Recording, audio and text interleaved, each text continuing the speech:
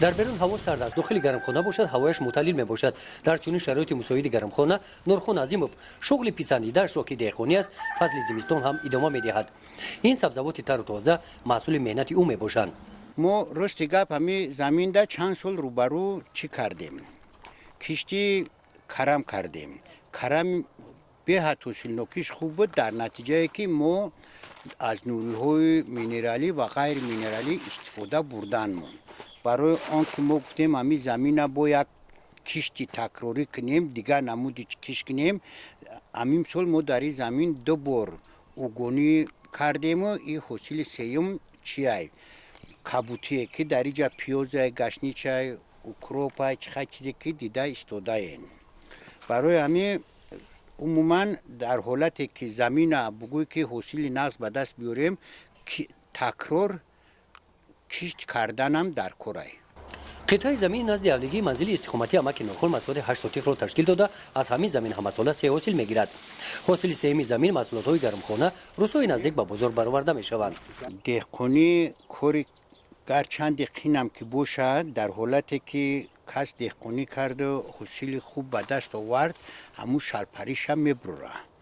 برای آنکه حاصل بلند دهقانی بگیری 5 عامل خوب حاصل نوکی است. یکم خوب حلال کشت کردن و هموار کردن زمین. دوم از پروی مینرالی و غیر مینرالی استفاده بردن. سوم از تخمیه خوب استفاده بردن. چهارم قوه قابل مهنت. پنجم حاصل باید در سر وقت جمع آوردن. کسی که امی عاملا را استفاده برده میتونه حاصل خوب میگیرد و فایده نقص به دست میارد. مساحت 8 سوتیق زمین ثمرناک استفاده برده شده. 8 گرمخانه این زمین بازار ناحیه واسه را فصل زمستان با محصولات های تر و تازه تامین مینماید. همین محصولات هایی که کشت میکنیم ممکن 50% ما خودمون رستکی با استعمال کننده برسونیم. 50% دیگه خیلی سوداگرا قطع میتیم و سوداگرا میرسونن. اگر کسی که کدوم دهقانی که خودش همون محصولات در بازار نیسته کمتمش نفروشه به نرخ هم دیگه نمیدونه و نتیجه حلال هم نمیبره.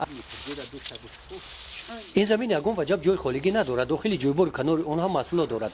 شلخه با مزه ترشیش در بازار محصولات سرخریدار است. به سردی تا باور بوده تا که برف هم ماند مزهش به تغییر میماند. این محصولات به مانند دیگر محصولات های در گرمخانه موجود بوده یک مرتبه نه بارها جمع‌آوری کرده می شود.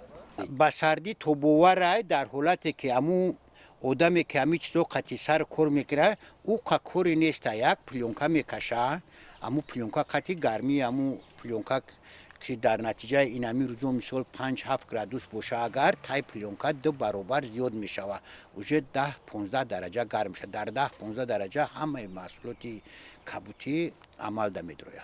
امی زمینی نزد اولگی برای اون هسته که امو اویله ایامو زمین ایامو محصولاتش استفاده بره. باید در وقتی مثال کشتی پمیدور توشکه هر یک زینه باشه نه زمستون ده کبوتی های باید امو هر یک خونه ده ما ارزو میکنیم که امی کبوتی ها باشه و هر یک عبید چونده ایامو استفاده برن.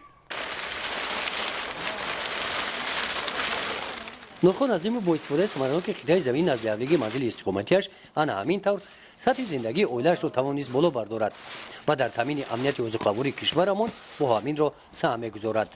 گزارش خواجه نظریف خدای نظر ظهور از ناحیه بوسه برای برنامه اطلاعاتی نوید.